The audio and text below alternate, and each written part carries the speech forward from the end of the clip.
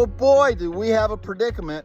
Man, skunk in a swimming pool. Huh, did you know that February 14th, Valentine's Day, is the first day of skunk mating season? Well, check out what happens here.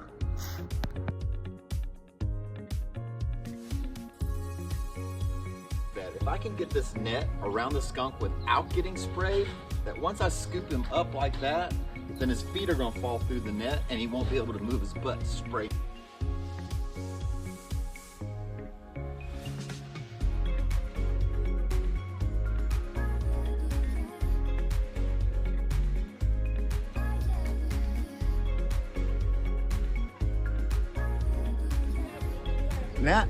Now I gotta turn this loose.